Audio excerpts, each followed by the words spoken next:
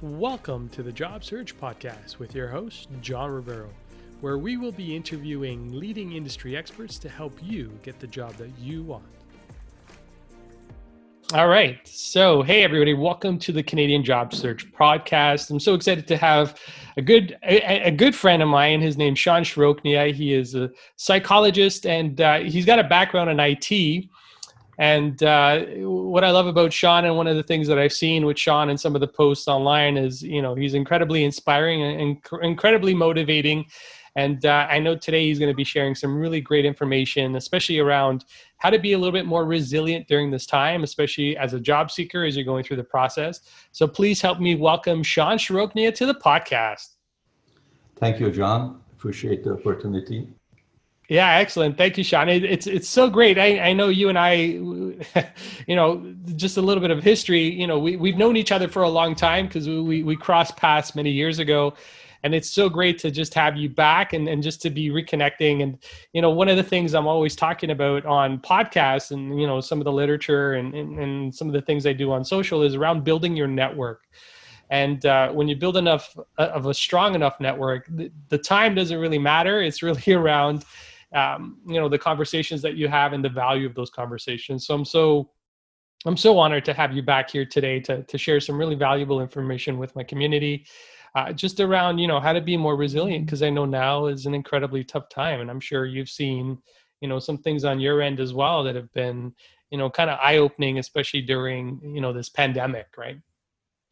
Definitely, when there is an unpredictable event or tragedy strikes, we are kind of at loss for a while to see what needs to be done, how we're going to navigate ourselves. And with COVID-19 starting in earlier this year, has made lots of negative impact in our lives. But I also one could see it as there are some positive reaction from people for acting together, helping one another, and dealing with it as a community rather than as on an individual basis.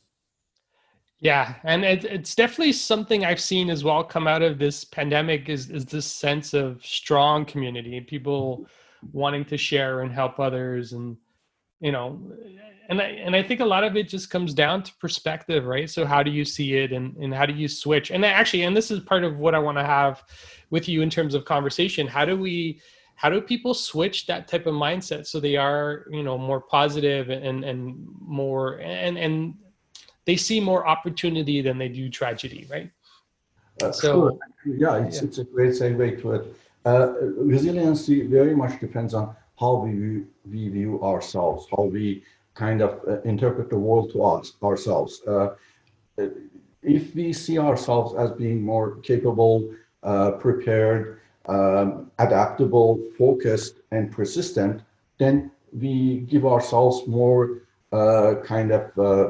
opportunities to try. We push ourselves more to try new things, take calculated risks, and to kind of improve our lives. However, if we see ourselves as being very fragile or rigid in our thinking, and we are kind of see ourselves as not being easily adapted to changes, then it will create difficulties, because it's all cliche that the only thing that doesn't change will change itself. So we're gonna deal with changes in our life, and it's either as we get older, or as we move from one career to another, or from one stage of life to another, or relationships that goes through changes. We need to accept the fact that we're gonna deal with changes. Now, how do we deal with these changes? How do we navigate these ups and downs, and try to kind of land on our feet rather than thinking that we are losing control and we are missing out? We come to this world with some sort of tendencies and dispositions, and so some people may be they're outgoing more, and some people more kind of easygoing. Some people may be more sensitive. These are neither good nor bad by themselves, but how we use it will make a huge difference. So by, let's say, for example, if we are approaching a change, it's really important to look at our past and see how did we manage changes in our life. For example, when we look at COVID, for those who remember the SARS era, there was a scare, there was a huge mobility of actions, and there were mass vaccinations. Although there are lots of differences, but then there were some similarities that we managed, we survived, and we kind of overcame that challenge. So telling ourselves that we will be able to survive this as well. It's just a matter of being more prepared and being more flexible. Yeah. So how do you or as a candidate who's going through the job process, because I know that in itself is a huge change. What would be some techniques, or what would be some things that people could do so they can have that survival type instinct and be more positive around that change? Sure, it's really important to know oneself, to know our own kind of way of dealing with stress and anxiety in our life, and learning more about the anxiety. And there are some relaxation techniques, some kind of mindfulness exercises, or there are some even like apps and YouTube videos that will help people to achieve a more relaxed state of mind by doing meditation, by doing breathing exercises, and practicing mindfulness. There are also some biofeedback devices that also can be very helpful. There are Muse headband that work with brain waves that will help people to recognize their when they are becoming more and more anxious, and it will guide them to how to kind of relax themselves. There's a device called M-Wave that it has a fingerprint area that you hold your finger to it, and it will determine how anxious you are, and it will help you by doing some relaxation exercise. It will help to calm you down. So positive mindset is looking at not only focusing on bad things that could happen, catastrophizing events that might happen, but also having a balanced view, considering that it's not going to be all bad. There could be some positive outcomes. When I go, for example, for a job interview, yes, there is a possibility that we may not get the job, but also there is a possibility that we could get the job. Also looking at the interview process as a two-way street. Not only they're interviewing you for the position, but you're also interviewing them to see if this job and if this organization is suitable for you. Yeah, no, absolutely. And I love how you said that, because it's one of the things I talk about as well.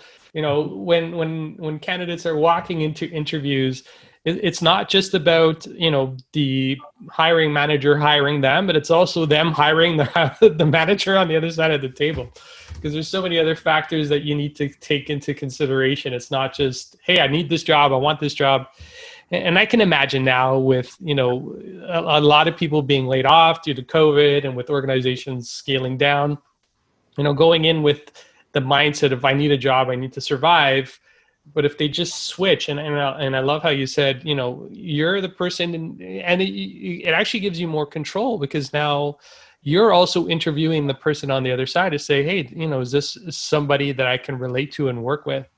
Because, if you can't do that, then that's going to create problems and stress later on, because you're going to get anxious. You're going to work for somebody you don't like. And that means, going into work every day is going to create a whole other set of problems. So it's great that you mentioned that. So so outside of what you talked about in terms of, some of the tools you talked about, Muse, the headband, and, I had the opportunity to see when that was launched years ago, and just to kind of play around with it. So it's a great recommendation. And if people, if you need something to give you some biofeedback on that, that would be great.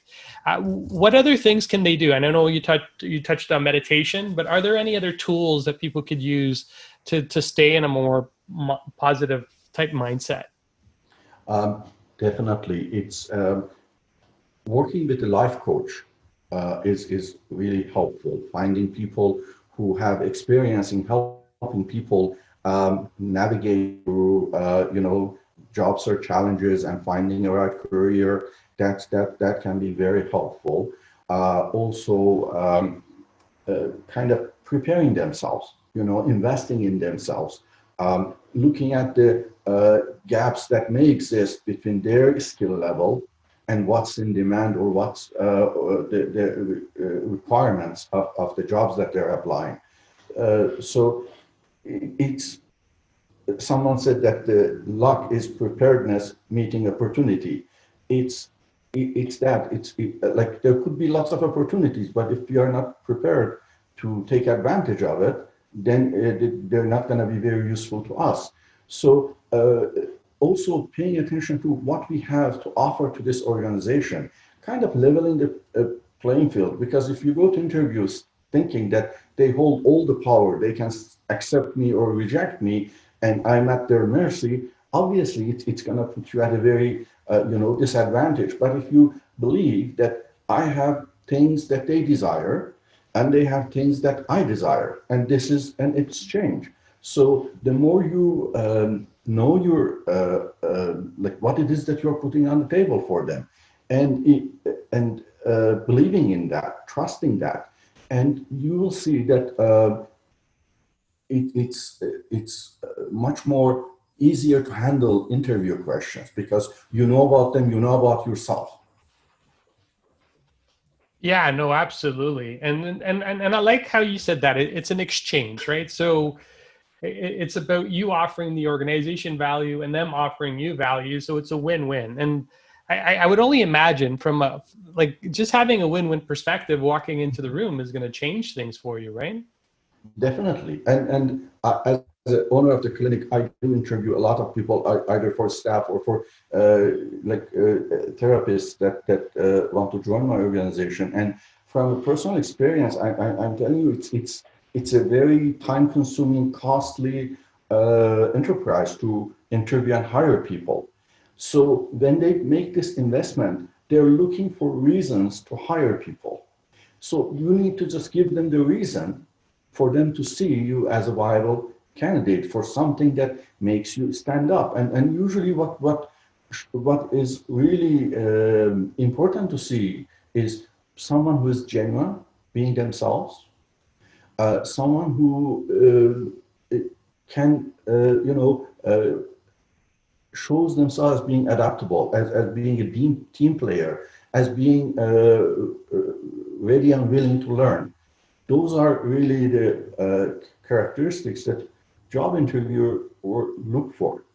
Also, consider the part that if you are not selected for a position, don't see it as end of the world or as a rejection. Look at it as an opportunity to learn, to see what happened, what went wrong. And also, there are some jobs that may be posted because it's a requirement by law that jobs are posted, but some of them have already been filled anyway. So try not to see it as a reflection on your part that maybe you are not desirable or you don't have what it takes for a certain job. Just be persistent, keep applying, and you will find a job that is both suitable for you and also you're suitable for them. Yeah, and I like how you brought in that perspective, Sean. I know you're here to give some insight, some tips and insights on how to remain more resilient, more positive through the job interview process. But having your insight as an employer as well, like you hire, I know you've got 3 clinics where you hire people.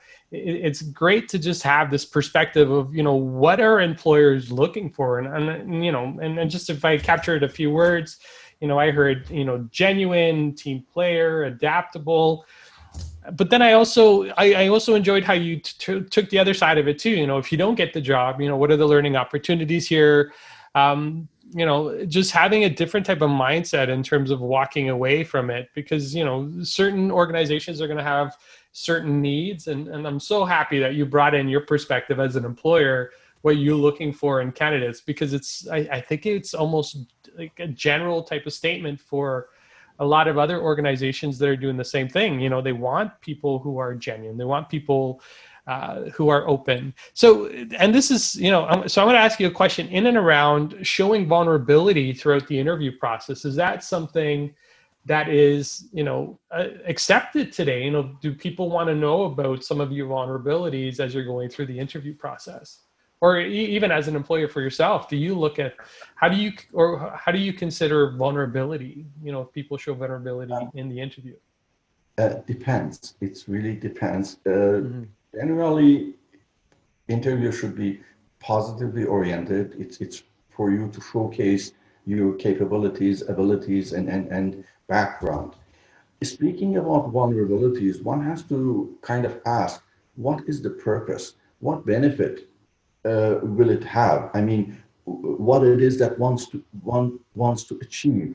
Because if you talk about a vulnerability that is of a personal nature, for example, what bearing does it have on kind of convincing the interviewer to, consider you for the position? So for me, again, it's very much depends on the dynamic of the interview and the nature of the job.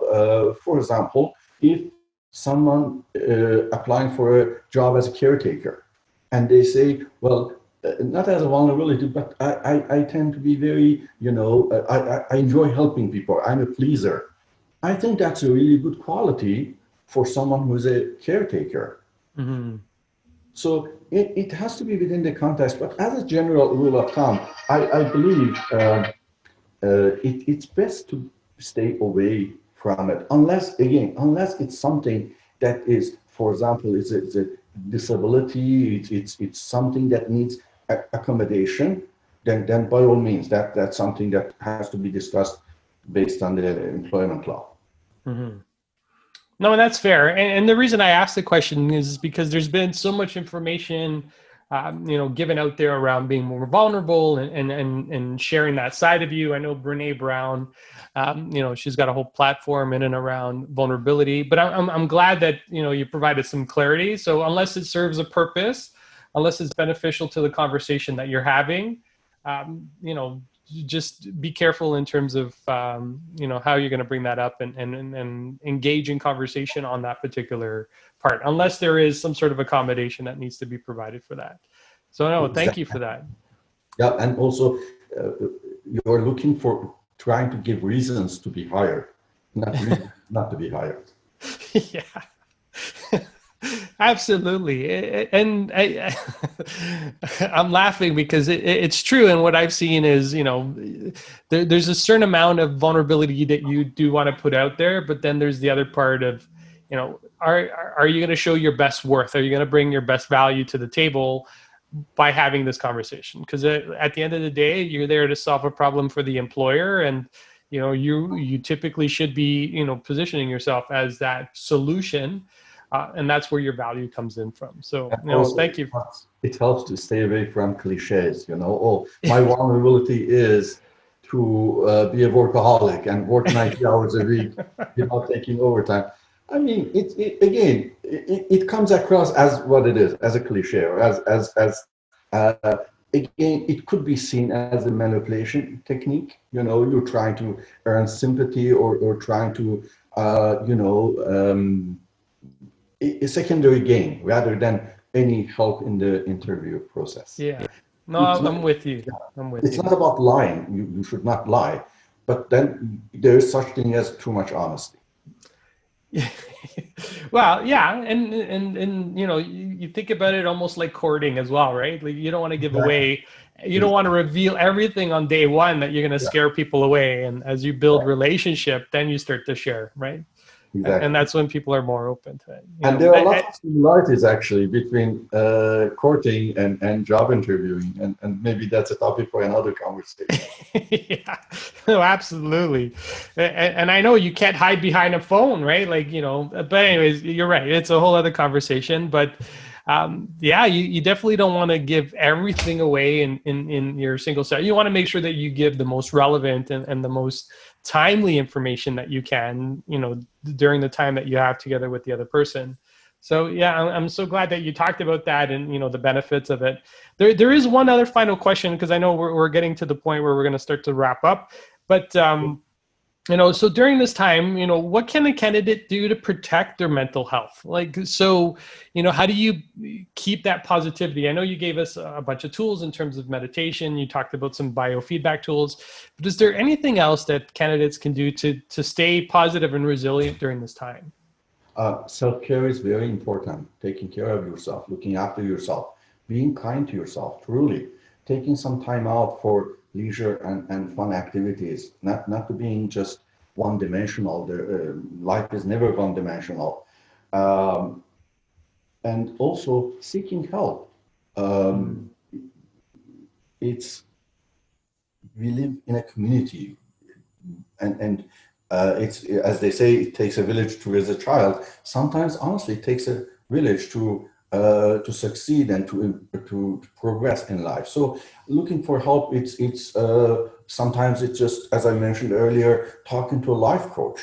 You know, getting some pointers, getting some help. If the anxiety and stress or you know, lack of motivation becomes really significant and it starts affecting normal activities of daily living, such as sleep, appetite, and motivation level, then seek professional help. Talk to a family doctor. Look for a therapist, and invest in you know, receiving some therapy, just to kind of clarify things for yourself, and reorganizing your thoughts and your priorities. Um, One Yeah. thing I find Sorry, go that, ahead. Go yeah, ahead, one Sean. thing that I find really helpful is, first of all, try to write things down. Thinking is great, but it just evaporates. When you write things down, it remains, and you can improve on those ideas. So have a notebook, and whenever there are ideas or there's learning, just jot it down. But what really helps is if you make a list of all your concerns, all your worries, everything that you're afraid of, that you're worried about, and make this list, but put them in two categories. One category are the items that you have absolutely no control over them. You cannot do anything to alter them or to change them. And then one category are items that you have some control over them. You can do something about them. So the things that you absolutely have no control over is like global and local economical realities, government policies, like unexpected changes like COVID-19 that comes in, or what other people will think, do, or say. These are absolutely outside of our controls.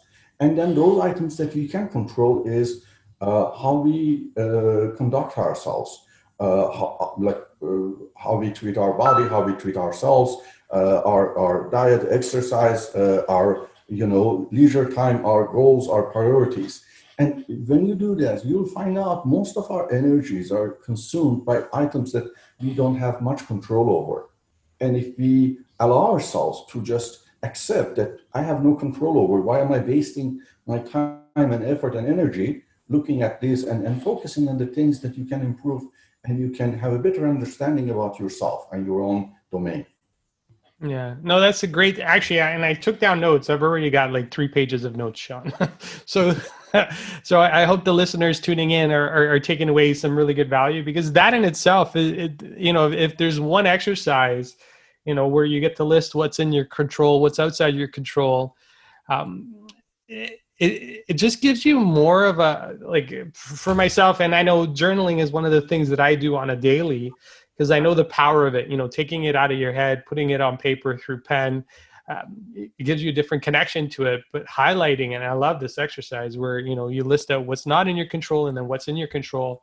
It allows you to refocus, because that was going to be one of my questions. You know, how do you focus in on, how do you focus to be more resilient? How do you focus to stay more positive? And this is a great tool to do that, because if you're focusing on the items that are within your control, then your whole life starts to change, versus feeling out of control, feeling uncertainty. This brings back more of that certainty and control. So, wow. So thank Very you. true. No, that was amazing.